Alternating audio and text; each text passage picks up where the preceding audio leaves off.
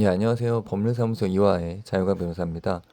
어, 오늘은 이 비급여 진료를 부당 청구했을 때 받을 수 있는 업무정지 처분을 피하는 방법, 그러니까 대처하는 방법에 대해서 어, 제가 했던 사례들을 토대로 얘기를 해보려고 합니다. 이런 비급여 진료를 부당 청구해서 업무정지 처분을 받거나 혹은 과징금 처분을 받는 사례가 생각보다 많이 우리 주변에서 발생하고 있습니다.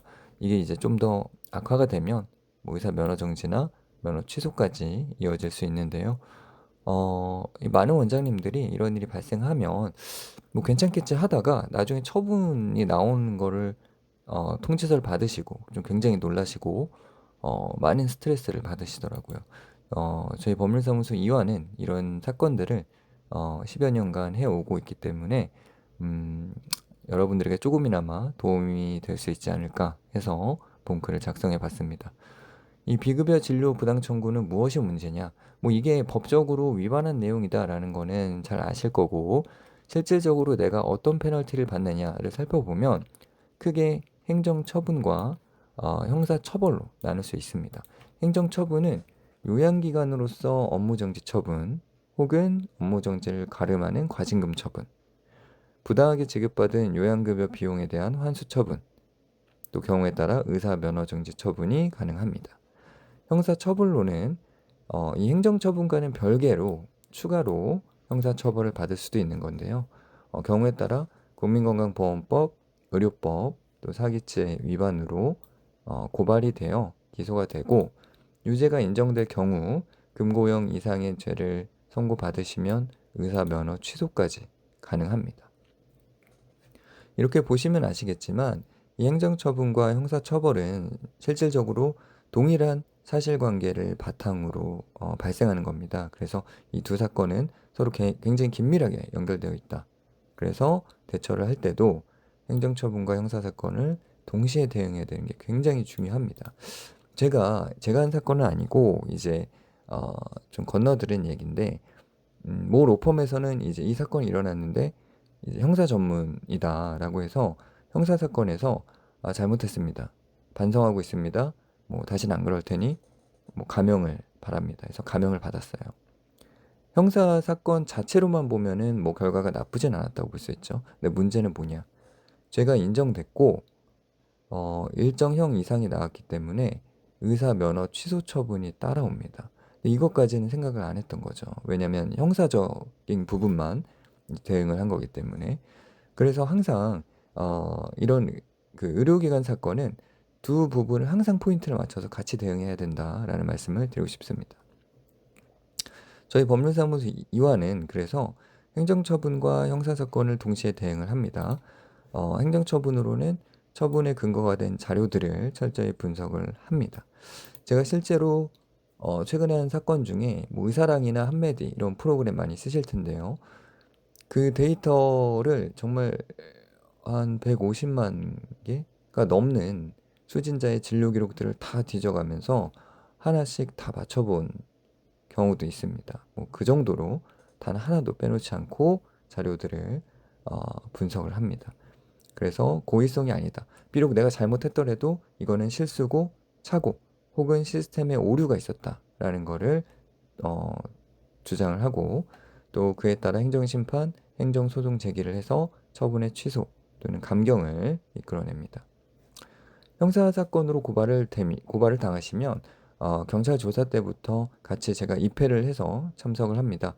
거기서 제가 하는 일은 말 그대로 이제 부당한 수사를 못하게 막고 진술해야 될 부분, 안 해야 될 부분을 이제 옆에서 계속 좀 조율을 해주죠. 그리고 마지막에 조서도 제대로 작성됐는가도 함께 검토를 합니다.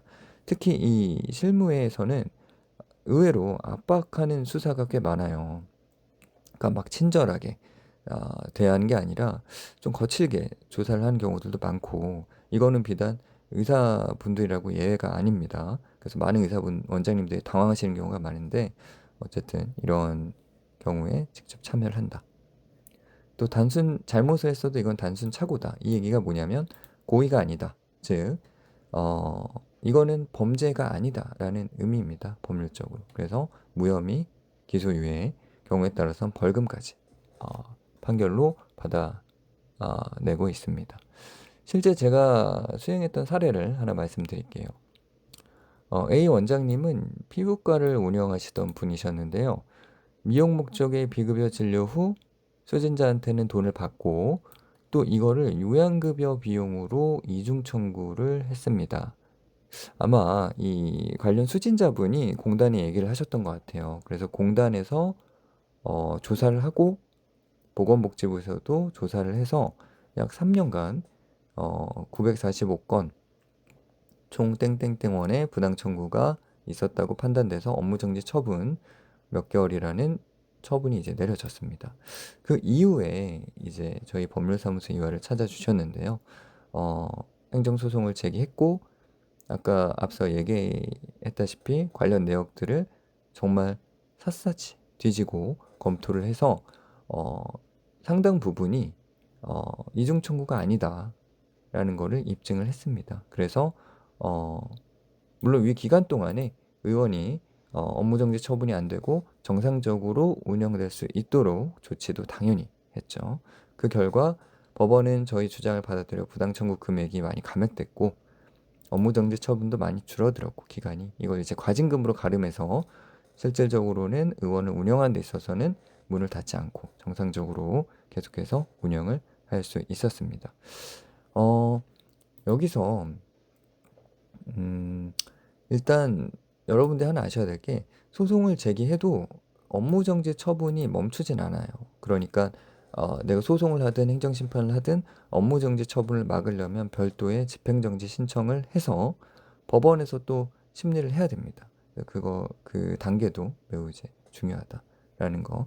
또 이게 법률적으로는 의사가 이거는 법을 위반했어라는 걸 입증하는 거는 행정청이 해야 되는데 실제 재판으로 들어가면 실무적으로는 내가 잘못하지 않았다는 걸 우리가 입증을 하는 구조로 좀 그림이 바뀝니다.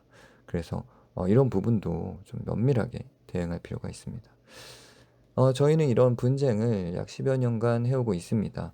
좀 많이 하는 부분들이 이런 부당 청구나 거짓 청구 문제들은 물론 또 리베이트 관련 사건들, 또 의료과실 문제, 또 사무장 병원 문제, 면허 대여하는 문제 이런 대체로 의사분들이 많이 겪는 문제들을 중심으로 다루고 있습니다. 많은 원장님들께서 제가 비록 그 당사자만큼 느끼지 못하겠지만 옆에서 그분들이 겪는 어려움, 스트레스, 또 두려움 이런 것들을 많이 함께 했기 때문에 이 글을 보면서 걱정하고 계신 분들도 너무 걱정하지 마시고 또 저희한테 연락을 주시고 이런 문제들을 해결하셨으면 좋겠습니다. 연락은 전화로 주셔도 되고 이메일로 보내주셔도 됩니다.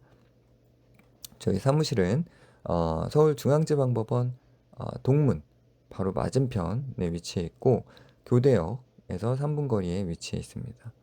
여기 함께 보면 좋은 글도 제가 작성해 놨으니까 시간 되시면 같이 살펴보시면 좋을 것 같습니다. 예, 이상 마치겠습니다. 감사합니다.